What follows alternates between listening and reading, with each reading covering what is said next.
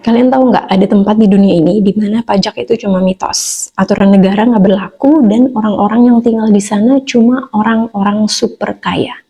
Kedengaran kayak fiksi, tapi ternyata ada beberapa pulau eksklusif di dunia ini yang menjadi tempat persembunyian miliarder dari pajak dan regulasi negara. Gimana caranya mereka bisa ngilang dari sistem? Dan di mana aja pulau-pulau ini? Lipstick Biru, let's dive in.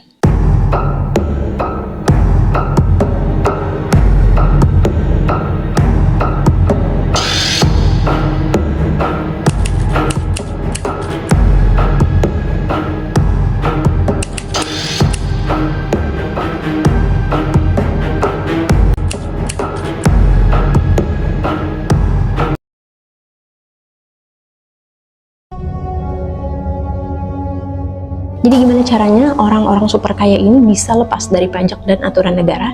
Salah satu caranya adalah dengan membeli atau tinggal di pulau eksklusif yang punya sistem hukum sendiri.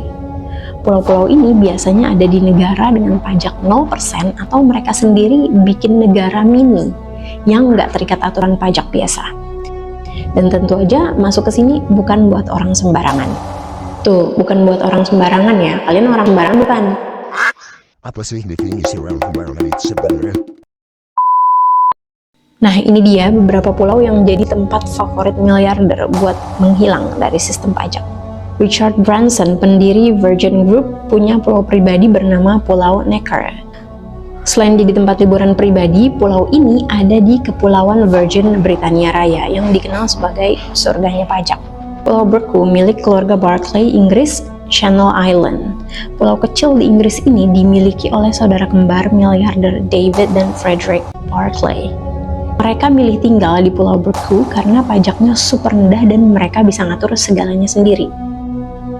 Pesulap David Copperfield punya pulau yang namanya Musha Cay di Bahama yang gak cuma jadi tempat liburan mewah tapi juga bebas pajak penghasilan.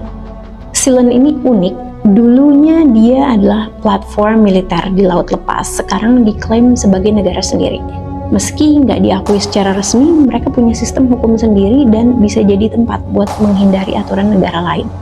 Banyak miliarder yang beli paspor negara dengan pajak rendah atau 0%. Dengan cara ini, mereka nggak terikat aturan negara lain.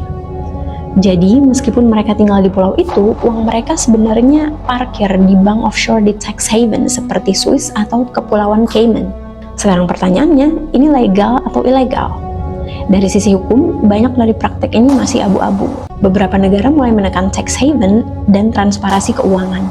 Tapi ya, miliarder juga punya pengacara terbaik lah ya buat nyari celah hukum. Masalahnya, kalau pajak mereka dihindari, siapa yang nanggung beban pajak? Ya kita lah. Beberapa negara udah mulai menindak tempat-tempat ini, tapi sepertinya selama ada uang, ya kalian tahu lah ya. Pertanyaannya sekarang, apakah kita butuh sistem pajak yang lebih adil atau ini memang keistimewaan buat mereka yang punya uang? Di pinggir jurang nggak sih nih?